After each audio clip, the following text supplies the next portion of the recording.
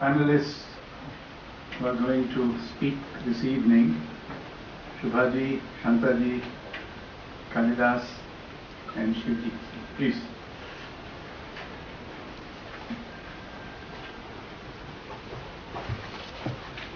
In India International Center, we welcome you this evening. We are particularly happy in spite of the rains you have made it. It shows how deeply you care for some of the issues that we have been talking, and maybe some of you deeply care for the speakers who have come. So all very fine. As you know, the Raza Foundation has been organizing this, and this is the fourth in a series, which we hope to continue until 10 or something. And then if you feel exhausted, we feel exhausted, we might change the pattern and do something else. And all these conversations hopefully will also be published as a book when there's enough material. In the meantime, the Raza Foundation have instituted 7 memorial lectures for some of the great masters who left us a few years ago. Guy Tonde for visual arts, Manikal for cinema, Kumar Gandhar for music, Habib Tanveer for theatre, Kilchand Mahapat for dance, Agay for literature, and Dayakrishnan for philosophy and ideas. And these 7 memorial lectures are scheduled to be held. Some of them are already scheduled, and we'll let you know as the dates go by.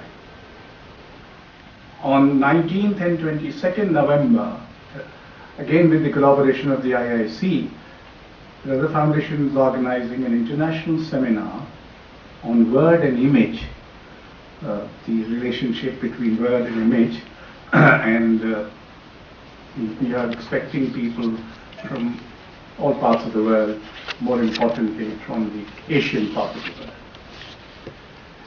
world. The Foundation has also launched a Hindi journal called Samas.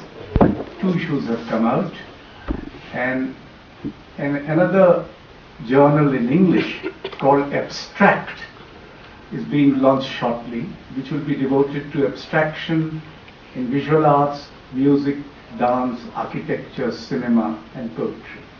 And the first issue will have Charles Korea, Sadanand Menon, Ram Kumar, Krishnan Khanna, Guy Tonde, Prabhakar Barve, Robina Karori, Ina Puri, Anish Kapoor, Mukund Lat, Kumar Shahani, Girish Shahane, Umar Nair, Ghulam Muhammad Sheikh, Jairam Podwal, Meera Banerjees, Arsha Lokhandwala, Jyotirendra Jain, etc.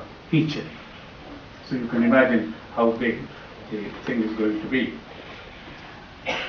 We are organizing on the 3rd of September in the annex a talk on the Kabir oral traditions by Professor Linda Hess, who has been working on Kabir oral tradition for a long while, and a book is shortly to be published. There's an invitation. Most of you are on our list, so you'll get it.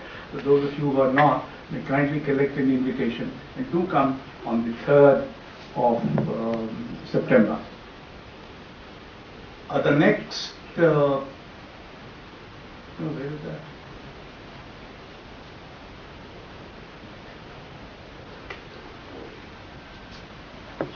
In September, what are we talking about? This is the thing. We're talking about changing language, is it? Or something else? And maybe that's the one.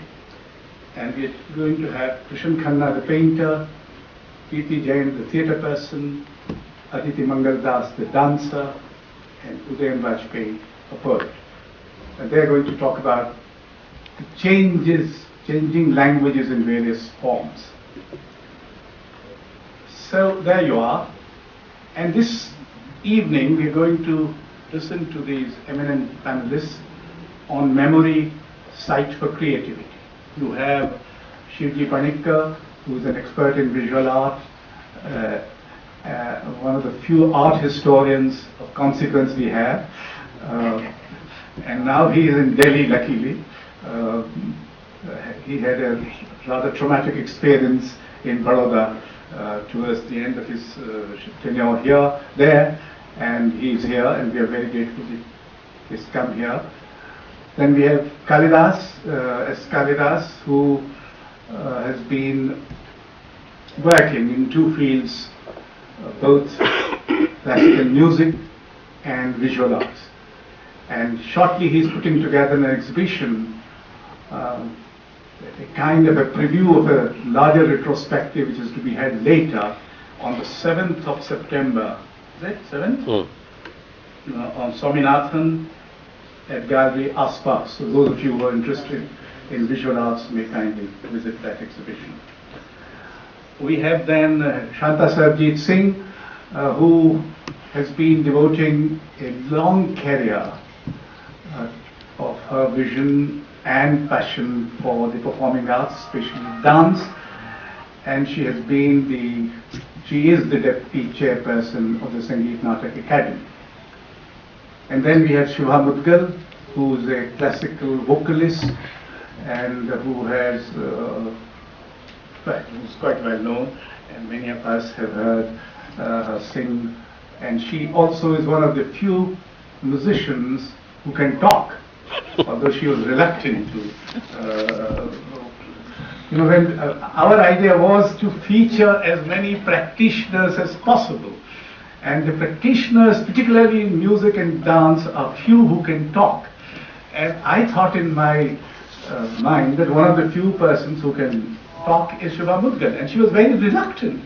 So we had to persuade her, in some sense, to come and talk.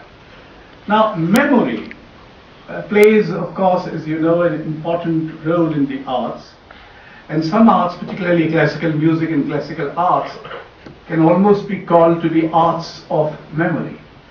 There's a lot of memory which plays a role in these forms. In fact, I'm tempted to say that these are arts of memory and also arts of absence, because although they create a presence, they keep on harping to something which is not there, which is absent. And therefore they are equally arts of memory and arts of absence. And of course, memory could be personal, but also cultural and historical and social and racial and what you have. And memory is recalled, recaptured, but invariably reinvented in the process. Arts are not forums of mere memory. They are forums of recreation of memory. And thus recreation is one of the most important things that happens. And in the process, memory gets transformed, changed, and the recall is according to the moment of recall. Again, it could be a personal moment of recall, it could be a cultural moment of recall. And it seems in our times there is an unwritten, unspoken project of spreading amnesia. People should forget. I can understand politicians wanting it to forget, because there are all kinds of things for which they should not be remembered, and they know it too well. But there is a kind of a global project of amnesia that you should forget. And art and literature are against forgetting. They are reminders of what happened. They are reminders of what keeps on happening. They are reminders. Therefore, memory can also perform, in times like amnesia, a radical function to remind you and not let you forget. Now, these are, of course, some of the things that I wanted to say preliminary. The basic thing is that it is these experts who are going to talk about. The rules of the game are very simple. Each one speaks for about 10 to 12 minutes. And then, if they feel like speaking to each other, or they seek clarification from each other, this they can do for a while. And then it is open to you for brief comments, for asking for clarifications or questions and things of that kind. So let us start with Shivji Panikkar. Yes. Oh.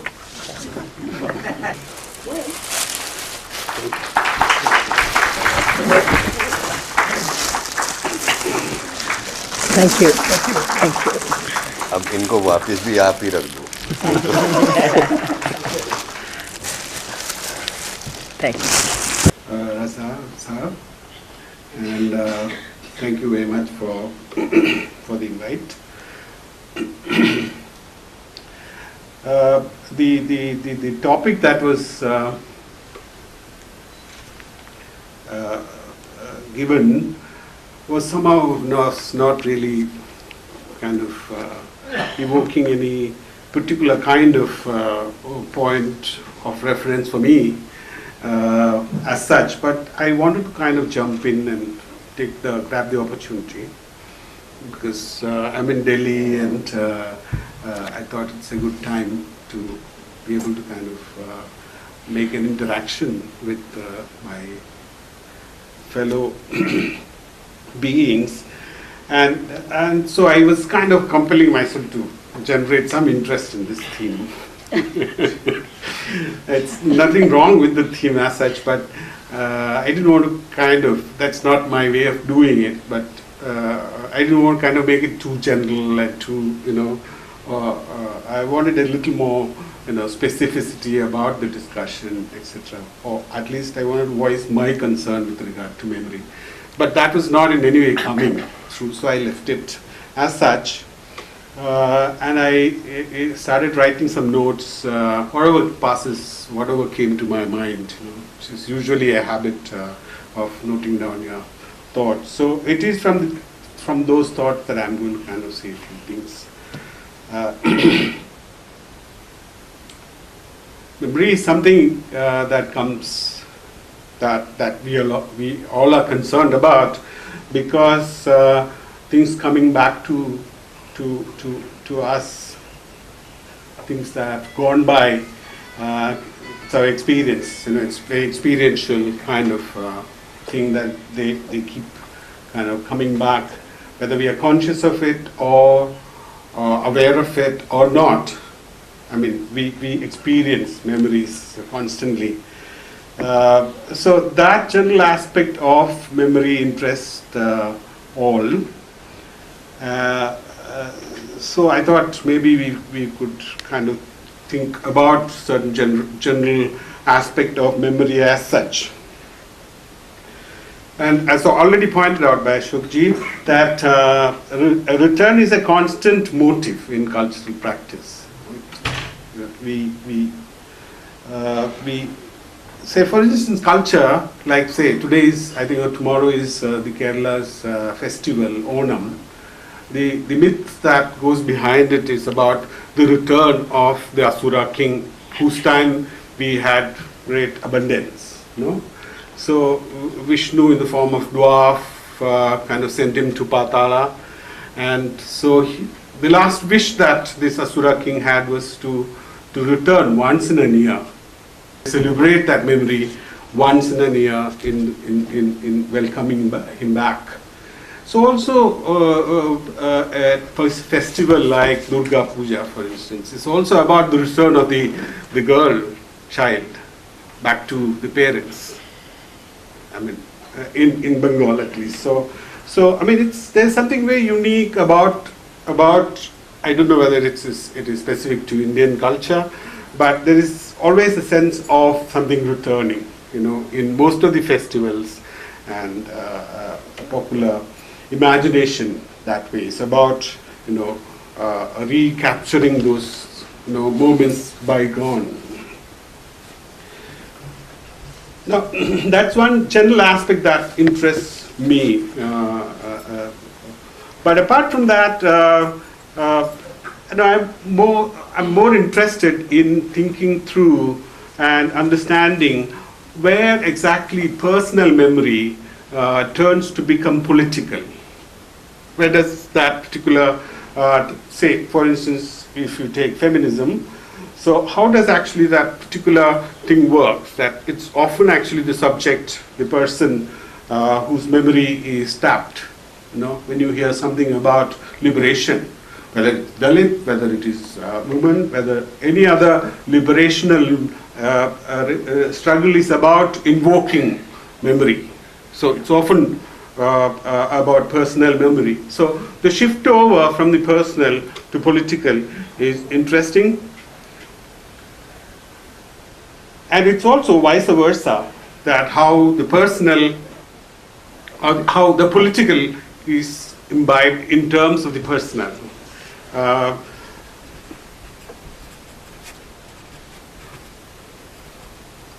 So this could also be one of the central concerns that we may take up while discussion. But to bring back the idea of the general, concerns about memory as such, there is this possibly a medieval saying which continues even today, is to say that three things do not come back. Three things are not supposed to come back again. These are, one, the spoken word. The second is the arrow that is put to flight. And Rama's word. And the missed opportunity. Or Rama's word.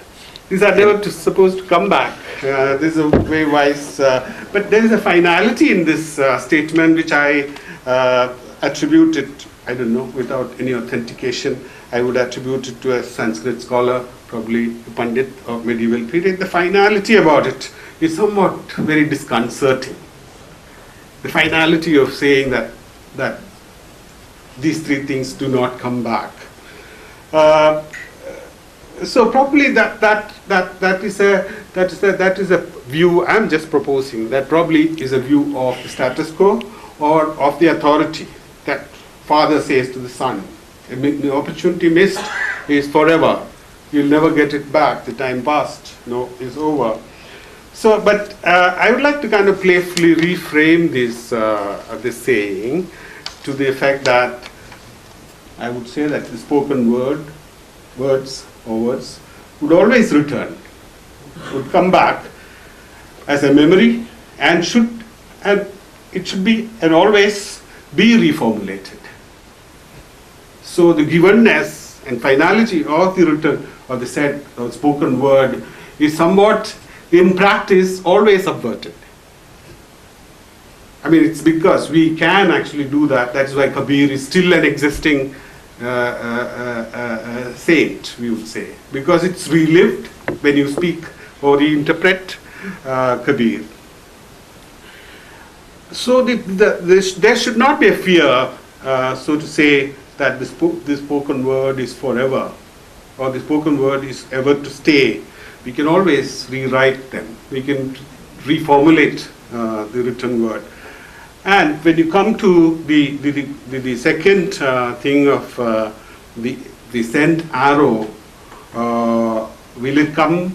Will it come back or not? Should not be the question. Actually, that's a wrong frame of reference, so to say. So what one can do about the sent arrow is only to resend it. So the target of the arrow can be very many also, and especially for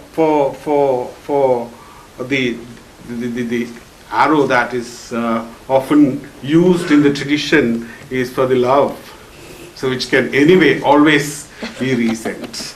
That we don't have to kind of think that can be, only once it has a chance. Similarly, I would say that the missed opportunity will always return. The next moment onwards, more opportunities are always present, always returning. So it is better actually opportunities are missed a couple of times, so that you can sit back, probably reflect, think what others are, kind of the whole drama of life, of maybe, a missed opportunity make you more wiser, a philosopher, out of you. So So this playfully what we could think about the wise saying actually proves one point that although time is considered to be constantly passing, as if we are kind of moving from 1 to 2, 2 to 3, that sense, maybe all measures are kind of acceptable, but in actual terms, time do not pass. It is ever present because nothing actually passes. Memory too is, memory is actually that what brings back what has happened, or so-called what has happened. So it's because memory is a constant present. Memory is not about past, it's about living today. So it's memory is a never-present reality of life, whether it is pleasant, unpleasant, or it's about failures or losses. It intermingle and coexist with, if you want to say today's moment, this moment. Now, already there was a reference to amnesia. So when you talk about memory as a possibility of ever living present, there is always also the possibility of talking about amnesia as an ever-present reality too, an aspect of life. Often amnesia is personally opted for when there is trauma, there is pain, there is unbearable thing about something has happened. You won't forget it. Often it is said, forget it. It's better to kind of walk on, putting it behind. These are things that we speak, but we constantly struggle personally, consciously.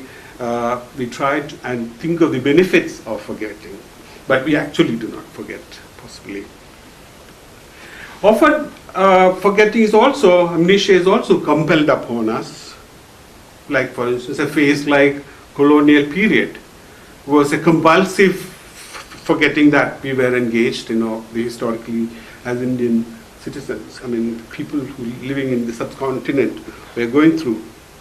And as also was pointed out rightly by Ashokji, the role of cultural practices thus is fighting against that amnesia to keep alive the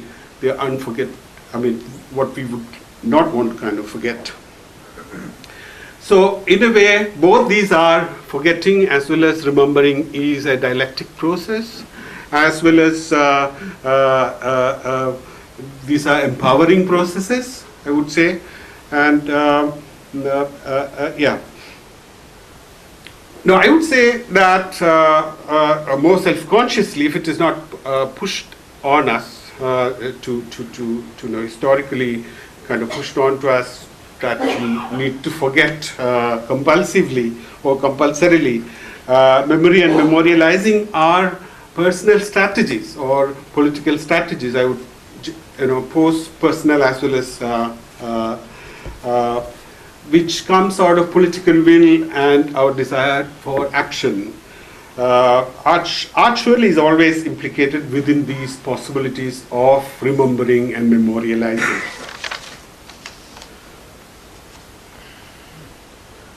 Given having said this, having accept this the political will involved in memorializing as well as in forgetting, often you realize that memory is thought of as a very value neutral act, that it is almost natural for human beings to remember. Often the discussion is considered as a natural aspect of life, considered like, because then you also juxtapose it onto animals, that elephant can remember, elephant can remember instances of many years, Camel, these are kind of beliefs, that we hold. So it's almost like natural, a faculty that human beings have, as a part of evolution. But in truth, my argument would be that remembering is a willed act. it is perverse only when we want to remember. Or in other words, we preserve something consciously only when we want to preserve. I mean, in the sense that we have no count on what all civilization has forgotten. Knowing well that memorializing or memorizing is perpetuating, or memorizing or memorializing is resistance to obliteration. And I would immediately want to juxtapose this point with the fact that what is remembered will always have a contemporary relevance. It is because there is some contemporary relevance that memory comes back. That it's not actually by chance that some memory come back. Because there is this idea which I would like to put across, that memory sometimes can fall into a most trivial situation of nostalgia. Although nostalgia in all contexts need not necessarily be undervalued, but sometimes at least we find that this aspect of nostalgia is also an inbuilt aspect of memorizing or memory. Like we say, oh, we have seen better days. Today is not the right. Today is somewhat, there is something missing today, but always existed. The good days always existed in the past. So there are other aspects of memory which also intrigues, because person's memory, each one of the human species have memory, but that ends with the death. Death is something finality about death. So, but then you also realize that it's the collective memory that comes through with a myth or legend. I mean, solely because people remembered something that existed before. That often in India we find, if you forget the fact, or if you ignore the fact that history writing has come to us through, say, the Western educational system, otherwise itihasa if you take, or the legends, there is no need for any authentication that is required. It's a belief that. So in a way, personal is lost. You do not know really whether one character from Mahabharata ever lived actually. But certain memories of that kind actually exist in through myths and in legends. Now, I would like to kind of also juxtapose and think through the more formal and institutionally bound major streams of memory. They are kind of can be called as memory repositories. Say, art is one, definitely, where a music, a khayal piece, brings back a certain kind of memory back to us, or a painting of Mughal period or Ajanta, kind of carries with it that tense, although often we may not be able to kind of open it up. But I'm actually referring more specifically to systems such as archive, or say institutions which conserve and preserve. Say, for instance, archaeology, the system of archaeology, or museum practices, or even let's say history writing. Now, I would like to immediately kind of jump in and say that while accepting that these are kind of very large, major streams of memory, preservation mechanisms, these often actually fall into, or are actually, hegemonic systems of control and perpetuation of certain kinds of memory. So selective, definitely. What is preserved in the archive, what is preserved in the museum are selective. So while thinking about the institutions of memorizing, what probably one will have to ask the question is this, that whose memory are we talking about? What is included and what is excluded in those memory, memory traces of memories? And as against that is the floating, unwritten, seemingly trivial, popular memory, which probably comes in terms of some festival like Onam or Holi or something like that, which are not officially unrecognized and is illegitimate. I mean, for instance, whole of Hindu scriptures, you will not find a mention of this Asura king who is respected and who is coming back and people are awaiting his return. It's only in the popular practice that it exists. So it is actually, I would say that there had been a struggle to preserve it against all kinds of Brahminization that happened in that particular region of the country. Now, we need to also probably stop and ask as to what exactly feeds into the current artistic practice, or at least the artistic practices and the processes that we have seen in our lifetime.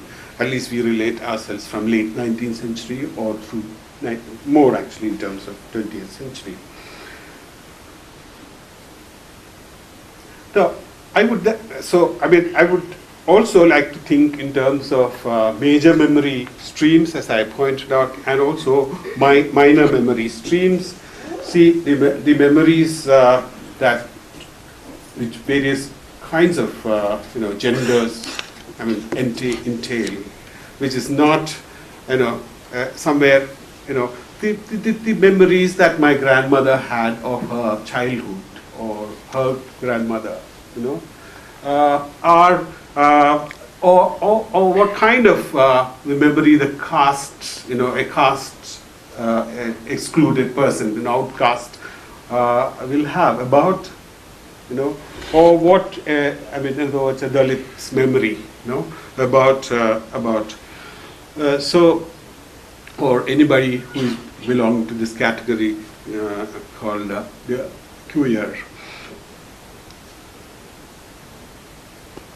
Now, I would like to also bring in this aspect of what does the cultural practices enable? According to me, what it enables is that we, through the work of art that is presented, or through the process of making that work of art, the creator is able to, or the onlooker is able to get under the skin of somebody else. We are, for a moment, possessed by some other, the character. You transform yourself to become Radha, or Bhishma, or or a character, other than yourself. Maybe also, depending on, of course, what you are reading or looking or so that is the kind of possibility, getting under the skin of somebody else's and imagine that possibility, that experience is the experiential aspect of art that is implicated in the aspect of memory, or So often actually it is an empowering process. The art becomes an empowering process that I have not seen the Bengal famine. But it's only through the writings or through the photographs or of the sketches by Somnath Hor that I can feel that, that times, that suffering or that time. So it kind of entices you into that possibility, and so any art that invokes that possibility of ability to kind of, through the process of memorizing the past, is, I would say, a political art. It kind of serves its purpose of, preserving it for the future, generation. I mean, I specifically Vivan Sundaram's work that was called Memorializing. It was called Memory / something else. I don't remember that. Which was done soon after the Babri Masjid was demolished, and then Bombay riots had happened. There was a photograph of this person dead, shot, or killed on the pavement. He worked further on that image. So kind of ritualistic rigor that work invokes the whole installation. So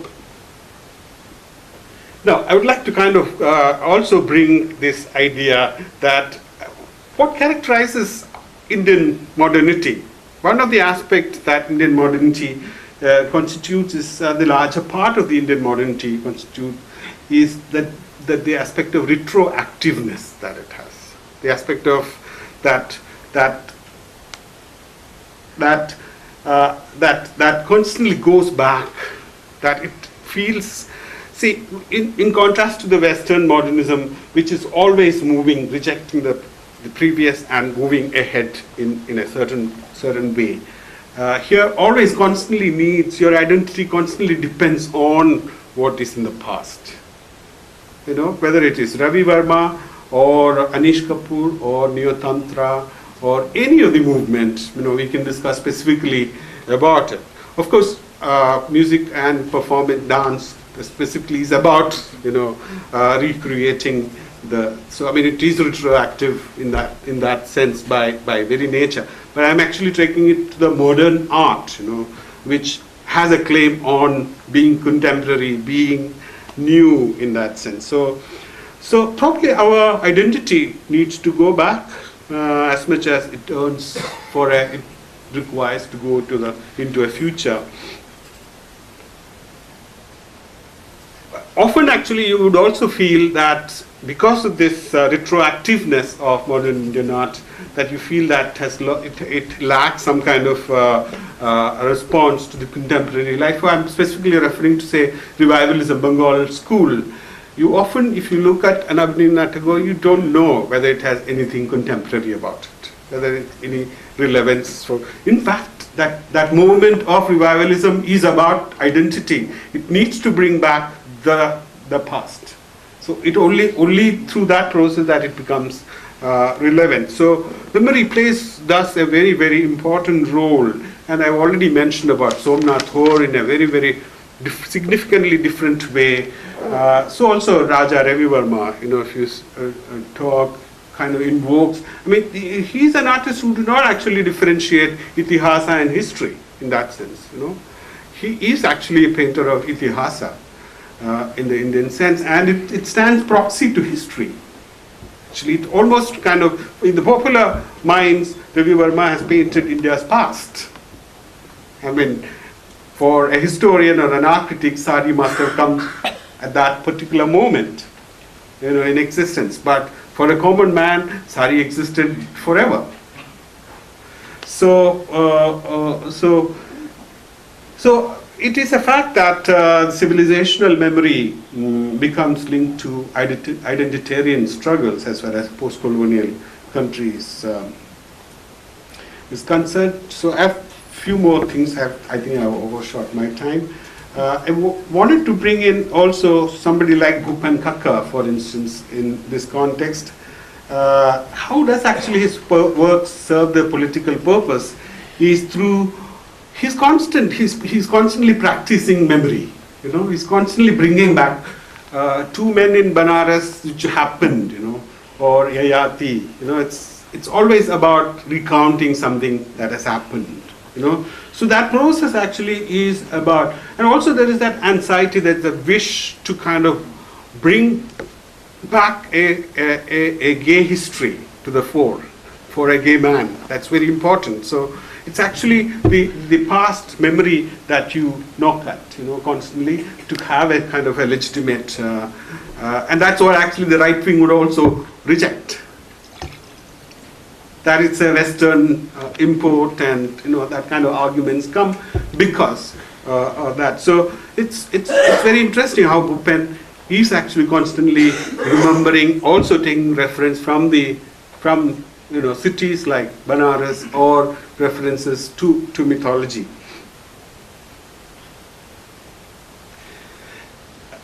One last point is this, that whenever there is a minor who is trying to speak in terms of gender, there's always an excess that is seen, often which is criticized also. I would also include a painter like Savi Savarkar, for instance, a Dalit painter.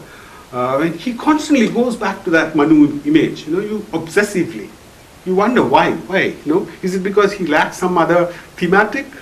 No, it is a psychological need that he needs to kind of fight with that character, which is not actually the historical Manu in any sense, but it's that system. So, I mean, so there is also an excess of all kinds when the minors begin to speak, because it was kind of repressed in some ways. With that point, I would like to wind up for the time being. I hope we can take up some of these points.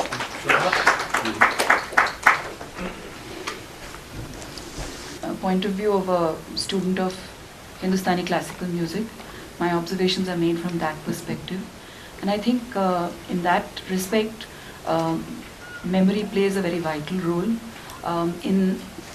in both the transmission of knowledge, the gaining of knowledge, and this is done, of course, through a very disciplined, organized system called Talim. Memory plays an important. Over the years, the student tries to internalize this memory in the hope that one day he or she will be able to transcend them. But it is necessary, and it is indeed absolutely important and encouraged that one memorize and take great pleasure in memorizing. Also, when you make the selection, at whatever stage in the learning and in the process of internalization, the process of selection from memorized material is dynamic and is constantly changing. So therefore, what you select out of what you have memorized, it may be rote memory at some point, it may be initially rote memory, but the process of selection, when I start performing, that process of selection from memorized material remains constantly dynamic. So at some point, I will refer to completely to things, to phrases, to sounds, to might sound funny, but we were told upaj ek, upaj do. So even the process of elaboration and vistar, or I won't call it improvisation really, but elaboration, even the process of elaboration is something that you memorize initially.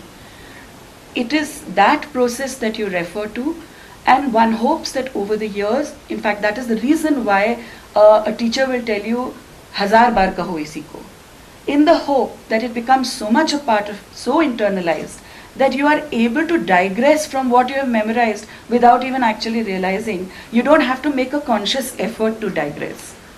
And I think in the establishing of an andaz, not so much in the establishing of a lehja, but in the establishing of an andaz or a unique style of utterance, of manipulation of all the material that you have memorized, I think it is very, very important to actually first accept all of this, remember it very, very carefully, and then only, if you do not know where you stand, if you do not know what foundation you are on, how can you fly off? You have to have a foundation to fly off from.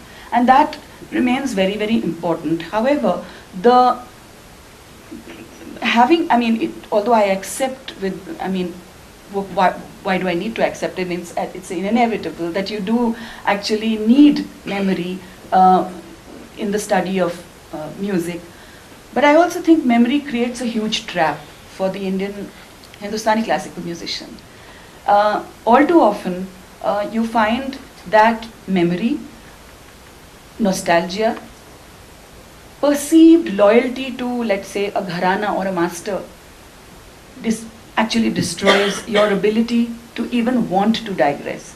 So desperately do you want to sound like the master, so desperately and so completely do you believe that nothing else but the master exists, that you will want to sound like him or her to the point where it is only a memorized version, albeit faded, jaded, whatever, but that is what often remains. And I think here it is very important also to note that path breakers in Hindustani classical music have always digressed and done so at times tentatively and at times with a great degree of unabashed, almost valor. You know, I mean, it's wonderful to see how each of these great masters, I would say, if you, I mean, 15th August was the centenary of Ustad Amir Khan Sahab. And it is interesting to see, if you hear his early recordings, that style by which he is remembered today almost doesn't exist. If you listen to recordings, his early recordings, you will wonder whether this could actually be the Ustad Amir Khan Sahab who is revered and remembered by so many people, and who in turn has actually created this fantastic, unique style which so many people have then tried to duplicate and have fallen into the trap of remembering it and never been able to get out of that trap of memory. They've been entrapped by it. And that happens with so many great masters. I think this process also must have, also must impact listeners. And therefore, because finally, music is being received by the listener. And very often, the memory trap also enslaves the listener.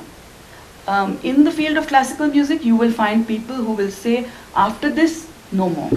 हो नहीं सकता कुछ अब इसके बाद.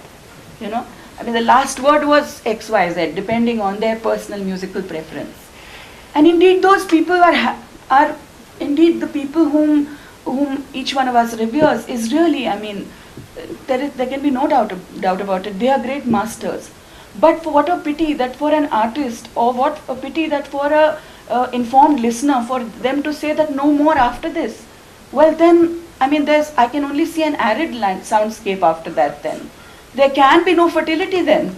So I think the memory trap is really one that plays a huge role in enriching the life and enriching the art, in enriching the work of a musician.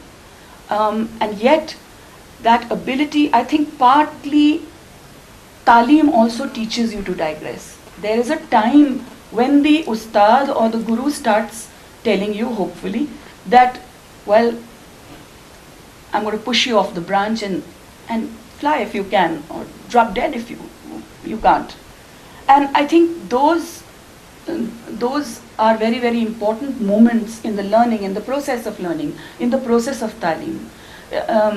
I think they're difficult for both the teacher and for the student. And of course, I think that having an audience which is ready to hear digression and if not accept it, not trample upon it, is very, very vital. I think the memory of the work of the great masters has so often become an impediment for people to try and explore. I mean, these are processes. They cannot be, there's no magic wand that happens which says that here is your talim, this is perfect, this is the way you learned, and now today you will soar into your own voice.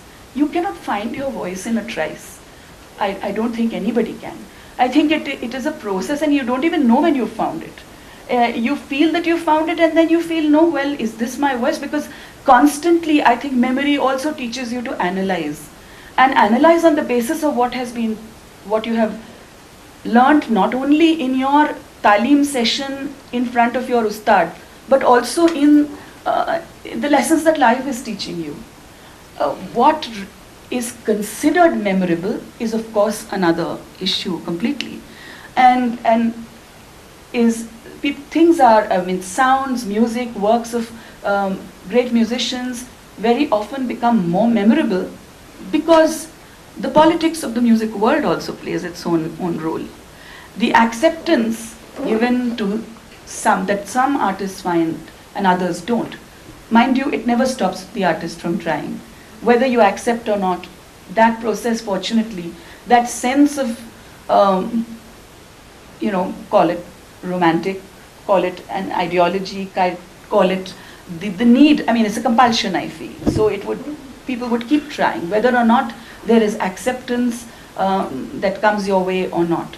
But I think, yes, memory does play this huge role, and particularly in the development and the evolution of an andaz. I think lehja, the term lehja has more to do with previously established, recognizable, identifiable mannerisms, manners, utterance, and the andaz that an artist, they call it cultivating, but I think it just grows actually without, it's unstoppable. And that, I think, really is a cause for great excitement. As a listener, I would say that, you know, you listen with great a sense of anticipation to hear more, and to hear more of that lehja, or that andaz developing and establishing its identity. And yet, once the identity is established, what then? Do you remain content with it through your life? Or do you then say that, no, this was my andaz in, let's say, the 1980s. This is not my andaz now in the 2000 or 2012. I think those are answers that really must come from within the pursuits of each artistic endeavor, from journeys that each artist undertakes, and really cannot be put into any formulae. And I think that that's what makes the world of art so exciting, that these journeys of that sometimes you feel you can recognize, and you have you almost feel, even with a Kumar Gandharv also, people who may not have heard the masters before him may feel this was a completely new sound, and yet even in this absolutely fascinatingly new, unique, original sound, there were strains of the past as well. And that's what makes that entire selection, that entire dynamic process so completely unpredictable and exciting. I have little else to say about the work that I do, but I'm sure that all Kalidas, Shanta ji will definitely bring in a great deal more knowledge for us. For asking me. And if Shubha was reluctant, I was unwilling. To be very honest, because I'm working with memory at the moment, and it's not easy. Also, Ashokji and Shivaji have covered the ground so exhaustively and so perfectly that there's little to say other than repeat their points in different words. Yes, memory and creativity, of course, we all agreed, and we have always agreed, and even the modernists and the postmodernists agree that memory is a vital part of creativity, all kinds of creativity. If the modernists referred to memory by its rejection, by rejecting it, they were replanting the memories of Renaissance Europe with African masks and Japanese woodcuts. In Indian modernism, the same was happening, that if there was a rejection of the columns of the miniature tradition, it was replanted by the line of Picasso, which also was memory by the time Indian modernism was taking its roots.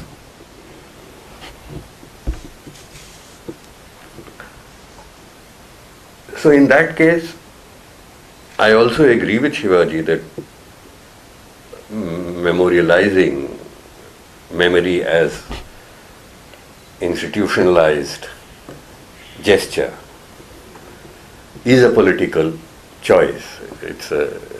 It's also a personal choice, but it's a political choice. Shivaji says, and rightly points out to this, he calls it the dynamic, I could call it the polarities, between the international and the global aspirations of modernity also being accepted and rejected at once by the notion of the Indian identity. When we talk of Indian modernity, we are already bringing identity there. And identity, as Shivaji pointed out, comes with myth, comes with racial memory, comes with collective memory, comes with the burden of history.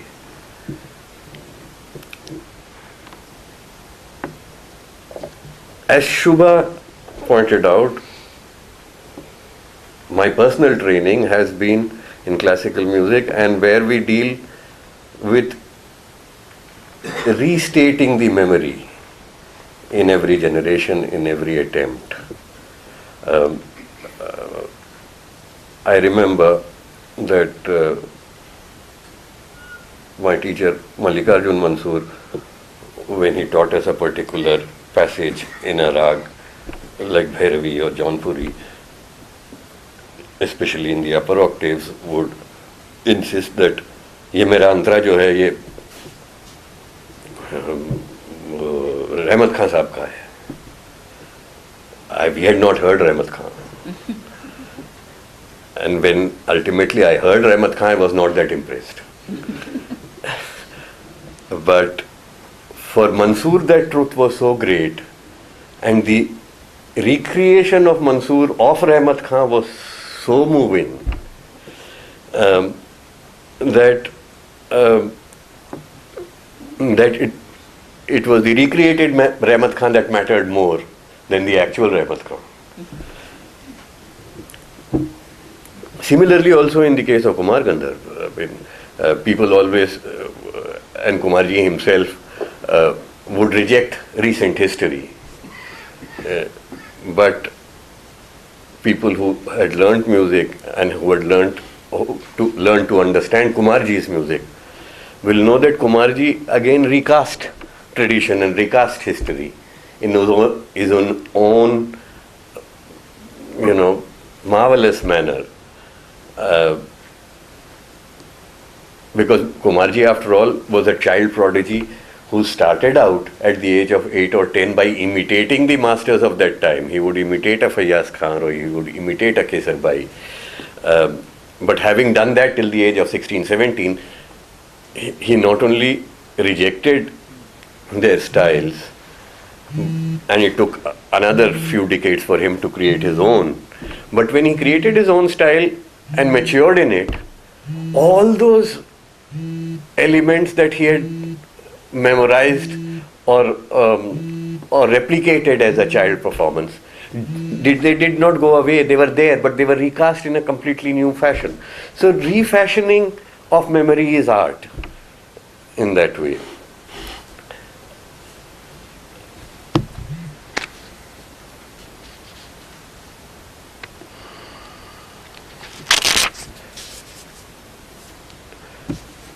So memory in that way creates the notion of time, the notion of history.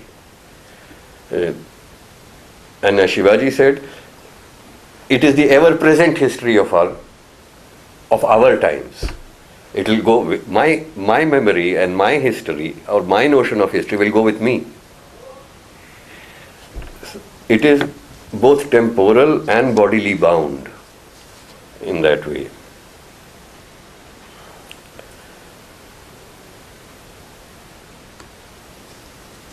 And yes, no amount of historiography can recreate memory for a society as art does. I mean, history is history, scholarship is scholarship, but just one gesture of an actor or one flight of voice of a musician or a one stroke of a painter can be so revealing and can be so magical for an entire society, for an entire country, for an entire nation, that it brings back to them all that history or scholarship attempts to do. And in that case, the creative artist is perhaps the most relevant historian or historiographer, the memorializer, as to take a phrase from Shivaji. I mean, how many people today remember the Babri Masjid? A large number of people will remember that work of Ivan's, or a larger number of people might remember a photograph of a great photographer of that moment.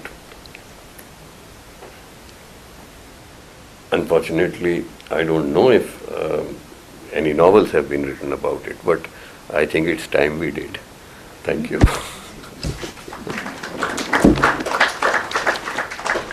So there is a novel. It is only this moment which is already fleeting.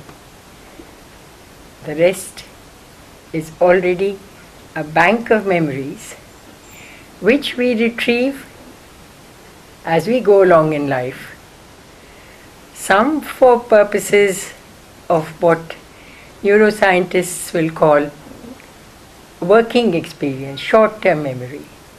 I believe they say that, a normal person, if he has to memorize 10 things, will remember about 6 or 7. And then if you tell him to remember some more, they will, fall off the horizon. Certain things will then just not be available to him or her to recollect in the same order that he started out with. Memory, I believe, is an amazingly complex phenomenon in Indian culture. If you look at the image of the Nataraja, ever present in every way, in sculpture, in painting, in words, in images, we tend to forget that outstretched right leg and the toe of that leg, the foot, is touching the head of this gnome, this dwarf who is very, very revealingly called Apasmara. Apasmara stands for forgetfulness. A civilization that forgets is truly doomed. So memory has played a very, very important part in our culture, where the beginning of the modern processes, when I was a student, my colleagues and my generation to say, oh my God, how can they learn by rote? And all the time they are learning by rote, and what kind of automatons we are producing. But what came to my rescue was my training in music. By being forced to repeat and to memorize,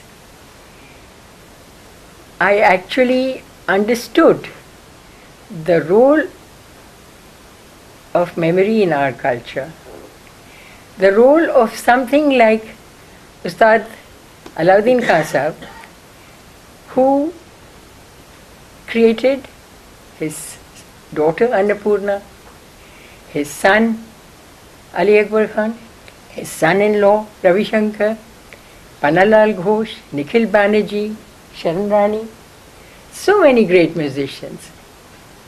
I'm sorry for having to say this, but I have not found one student of these people of the same caliber.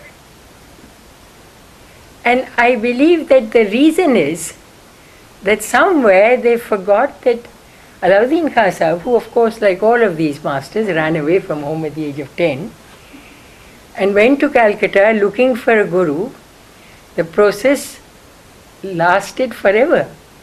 His brother, who was a vice chancellor in Dhaka University, and I came across a little book of his. Alauddin Khan Sahab was called Lal Ded because he had very, very round pink cheeks. So he was called Lal Ded. And the brother recalls that when he finally found his master, his guru, the one he was ready to accept, Pandit Neelu Ram in Calcutta, and when Neelu Ram, after much persuasion by a lot of people, I believe, took him on as a student, he said to him, "All right, I'll teach you Yaman." And this is the Palta.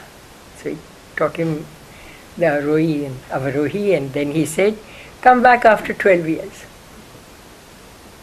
Then I'll teach you another rag."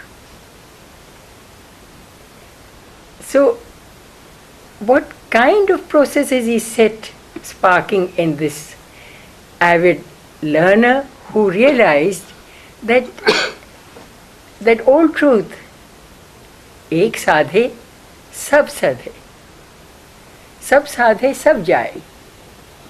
Just grasp that one.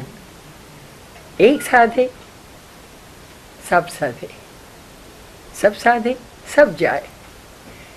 This is the age where people are grasping at 1,000,000 images, 1,000,000,000 influences. They believe that the more they, grasp and search and look, and they will find the truth.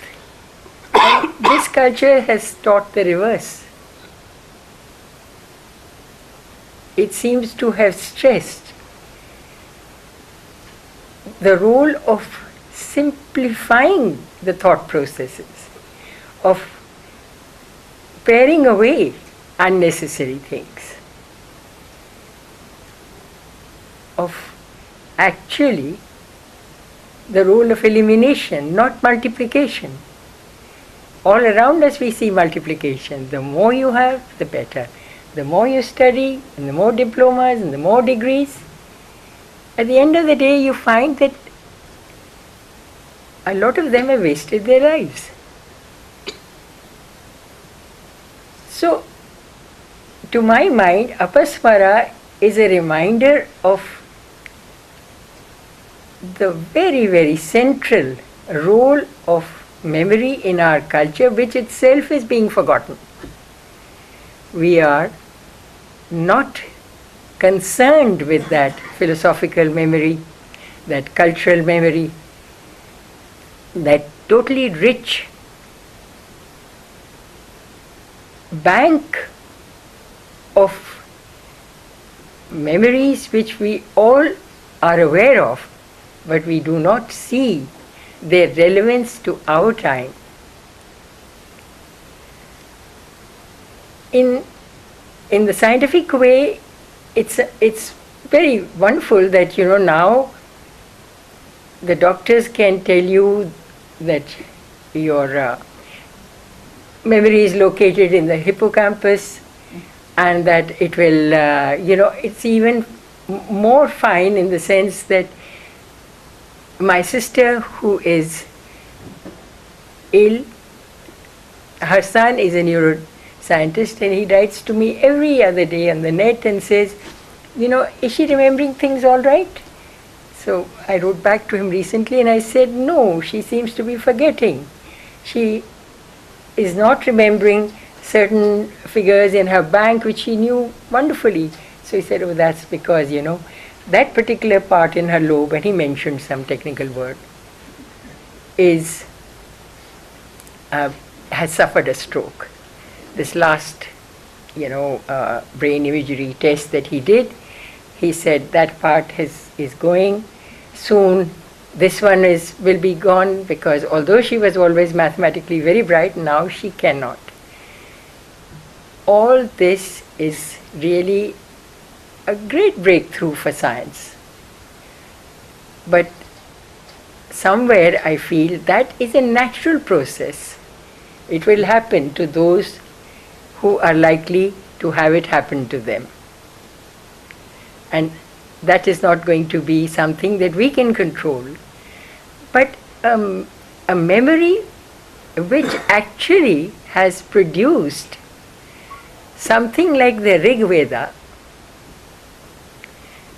10,000 828 verses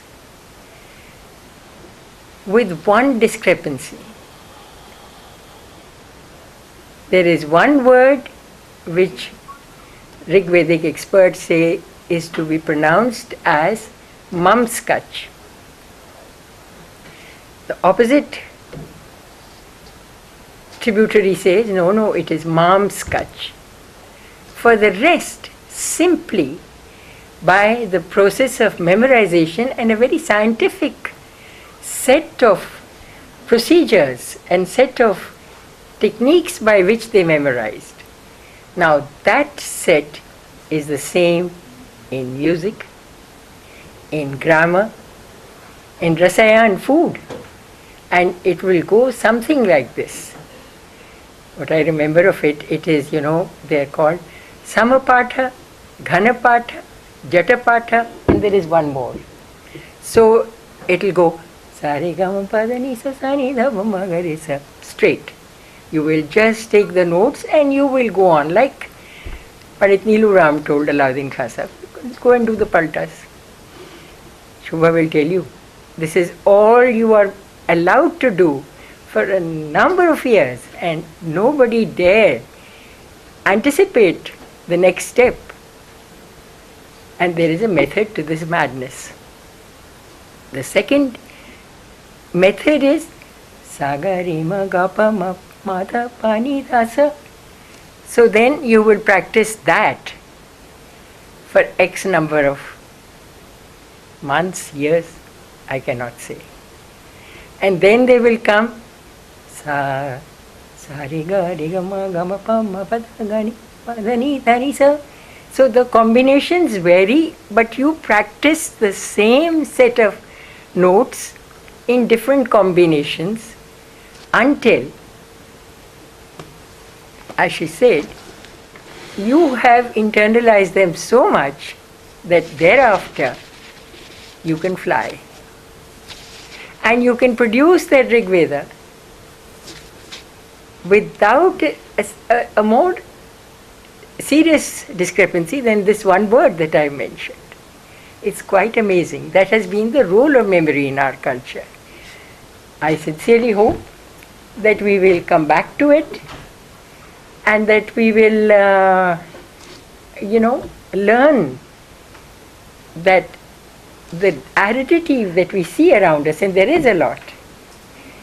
Why are we looking and, grasping at only the voices of the old masters? Because they spoke to us.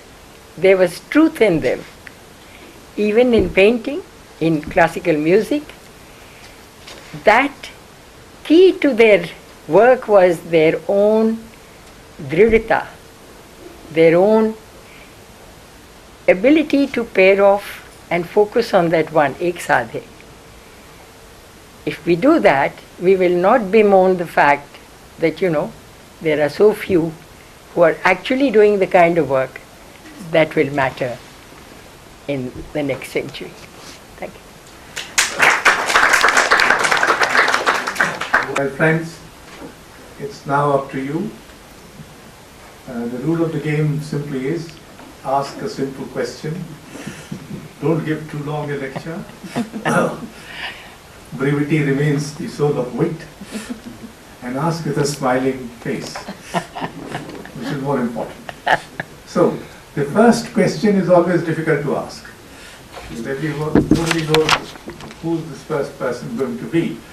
So shoot off the first one, and yeah, good. Oh, there's two. Good. Breakfast properly.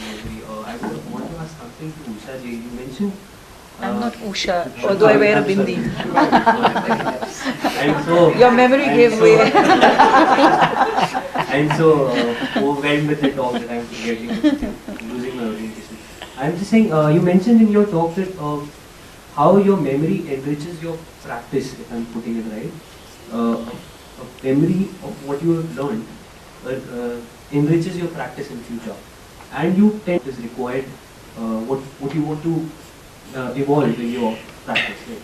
So I thought you would develop on this selection. If you, it's almost like artist choosing the color from his palette to choose what is to be created, right?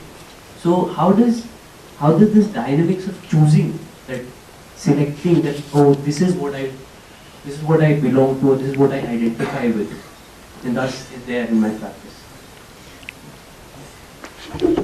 Time to time, and also they can differ depending on what it is that you are trying to do. I'd like to cite the example of composition in classical music, for example. There is this idea of the joda, a composition which matches almost, you could say, in every aspect of its construct, a previously existing composition or a bandish.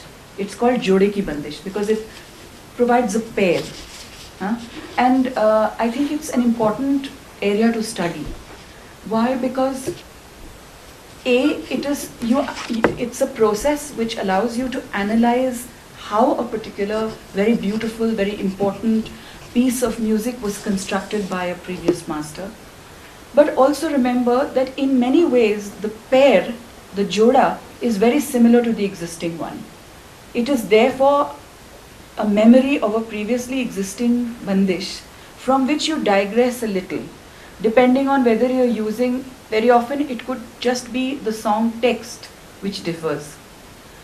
At other times it could differ more than that. But can you see that here you're taking a sample which existed, which you consider, and the reason why you consider it important also has a relevance to memory. Perhaps it is because the tradition in which you were steeped has already informed you that this is a very important piece of music. You must refer to it. And therefore you hold it in great, in high regard. And therefore you refer to it constantly. So in a composition, you know, the choice is sort of pre-considered, I would say. But in the moment of making music, there really is no time to say, you know, I had 1,000 patterns in my head which belong to this, which work with this particular bandish in Nike Kannada. It is not really, you don't have the luxury of sitting back and saying, okay, today I'll choose this particular part. It's almost, that is the reason why, you know, what you call sadhana or adhyayan or vichar, the actually thinking about what you consider, you create a picture of a particular rag for yourself. And within that you keep using, okay, I could look at it from this perspective as well. I could look at it from this perspective as well. And very often you are referring to memory. And that's a dangerous area to be in, because then what is original? So you know, and I remember reading the preface of a book, Anup Rag Vilas has this beautiful piece written on the art of Kumar Gandharv by Deshpandeji. And he says that, you know, actually very often a classical musician is just redesigning. He's not really changing the bricks, the mortar, the cement, the foundation, but Kumarji did that. So I think, you know, again, that yes, in all honesty, very often it's a redesigning. And it's not really what you could perhaps, what would qualify to be called really original and creative. But finally, you have to keep trying and hope that you reach that pinnacle one day. Yes. Is Pablo there? Could you kind of stand up, please? Well, I'm not working with my memory. I'm working with somebody else's memory. That's my father's, because my father wrote quite a bit in his lifetime, and most of it was published. A lot of it he wrote because he needed the money. But then there were these autobiographical notes that he wrote periodically from the mid-60s, which were his memoirs. They are incomplete, of course. They dwindled out around late 60s. But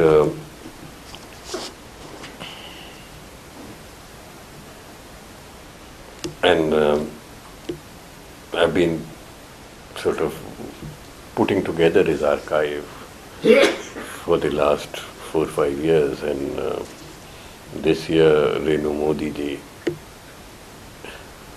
director of Gallery Espas, the owner of Gallery Espas, kept asking me that she wanted to do something with Swaminathan, and I said, what can we do? I have no works to sell. And then she says, nahi tum archive hi dikha do kuch. So that's the work I'm doing, and on the 7th I'm presenting 2 decades from his archive, 1950 to 1970 roughly, which I call the transits of a whole-timer, because that's the time when he makes the transition from being a whole-time communist activist to a whole-time painter through the mediation of being a critic and a journalist. So you're all welcome, and you shall be there, Pablo.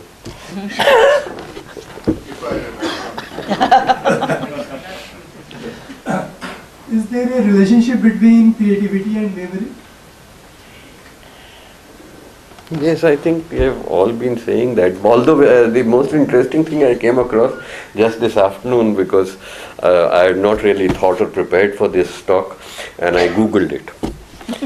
And the most fascinating thing that I discovered was that modern psychology and neuroscience tells us that people who are suffering from Alzheimer's get this bursts of creativity.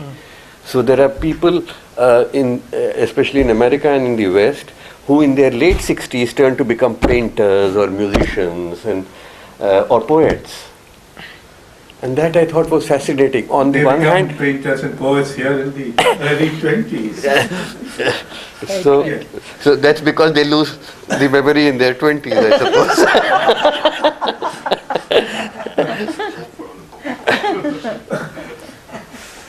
And so modern neuroscience says there is a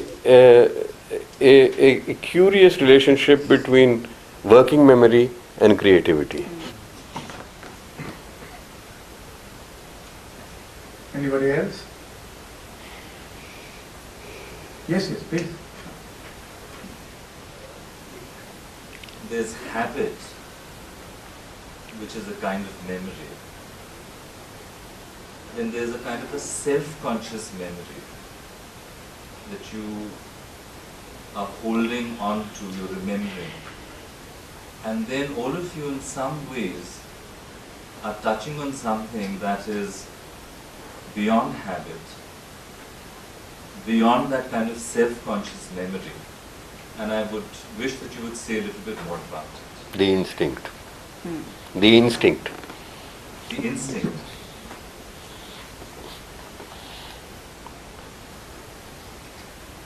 The instinct is a difficult concept, because you could say it's a genetic memory, or you could say it is that type of thing where you don't think, so you don't remember, but it is coming from it's reflexive almost. It's coming from a ground of the past.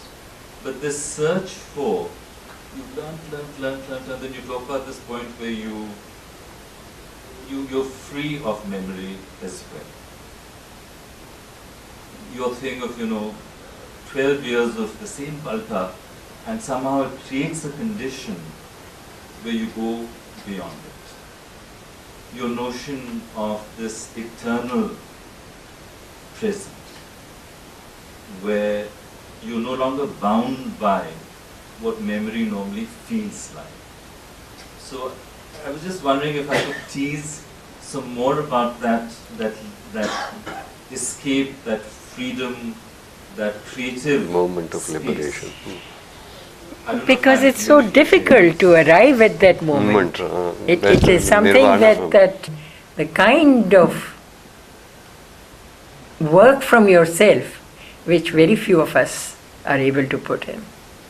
So we are always much short of that point. To come to that point, you require Bhimsen Joshi, you require Mallikarjun Mansoor, you require the kind of people for whom the world stopped existing. And yet the world was all theirs. So it's not easy to come to that point. It's just not easy.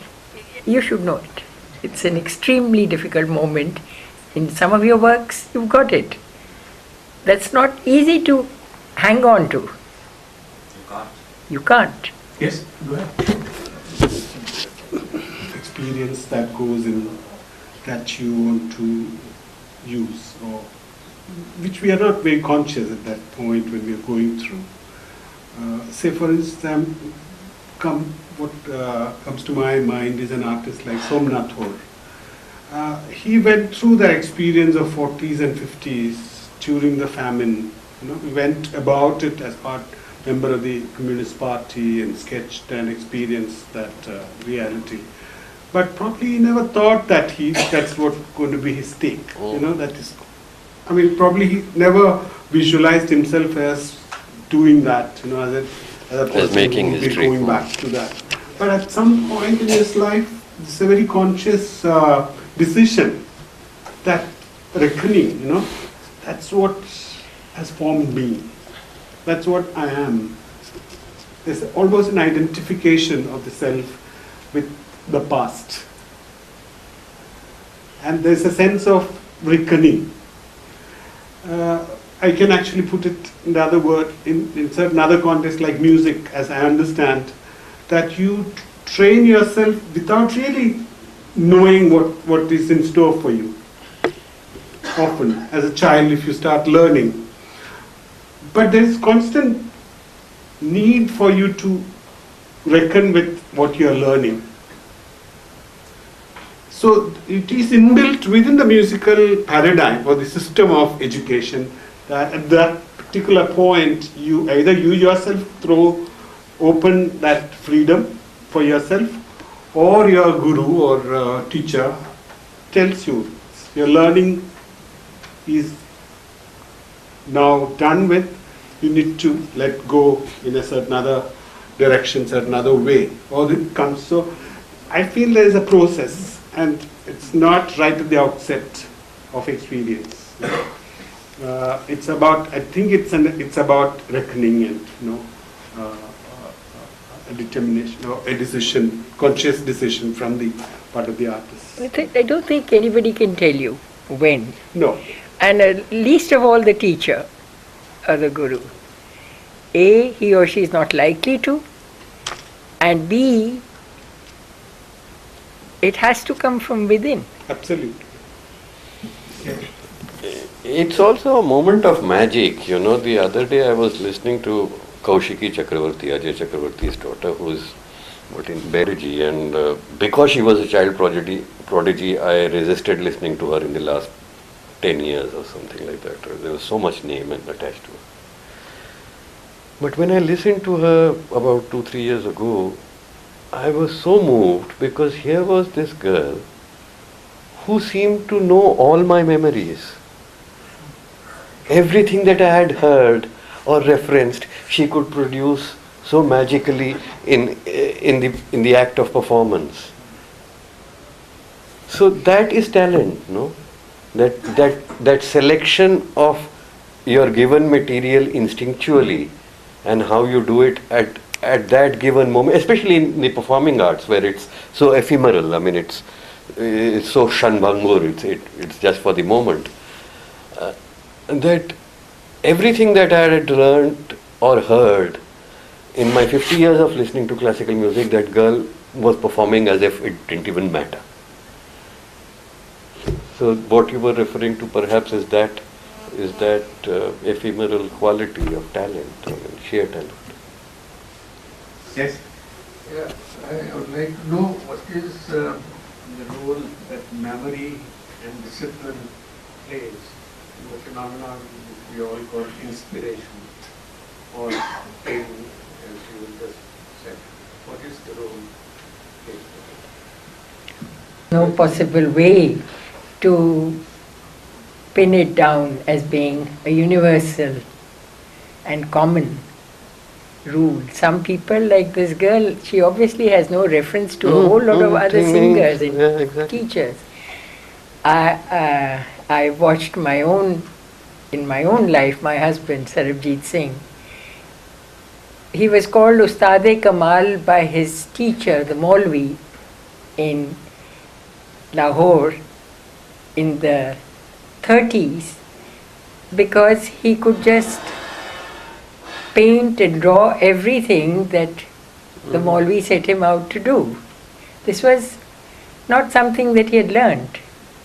Later he made panoramas and cartographic maps of the Alps, which the Germans said, and they are pretty hard taskmasters, that this is actually so precise. The entire panorama of the Alps he did from Grenoble to Wien, he painted it on one canvas. He said this is so accurate that you can ski with it. So these are memories, and that is somewhere we go into the deeper concept of rebirth. We go into, which I personally believe, where you believe that the templates that you are inheriting now, you will carry them forward.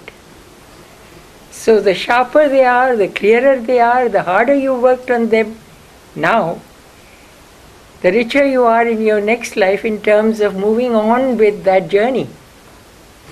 It's not possible to set out a course on it. The statement which was made that when I die, all my memories are gone, is not absolutely No, correct. I don't believe that at all. According to our Hindu philosophy of life. Some don't die. No. Most of us will, but some won't die. No. They'll survive. Nobody before the dies. fall. The memory does not die. It just can be submerged. It can go out of view, but it does not die.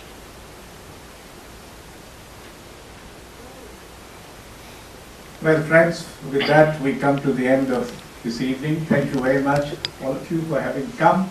Some of you having asked questions and clarifications. And all my panelists, Shri PANIKKAR, KALIDAS, SHANTA, and SHIVAJI. The next Art Matters takes place on 19th September, here again. Krishan Khanna, Kirti Jain, Aditi Mangal Das, and Udayan Vajpayee will be there. Those of you who are interested, please come again. And those who have friends who could possibly be interested, tell them. Such a nice way to spend an evening.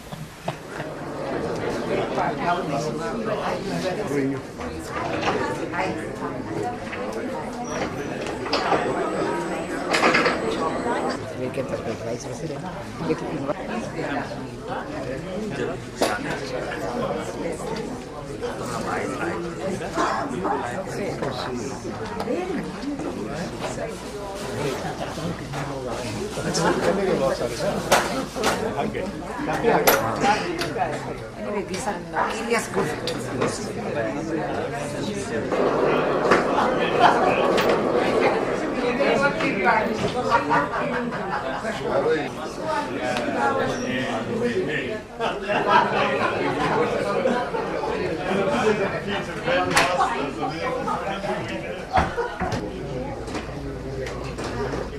Ah.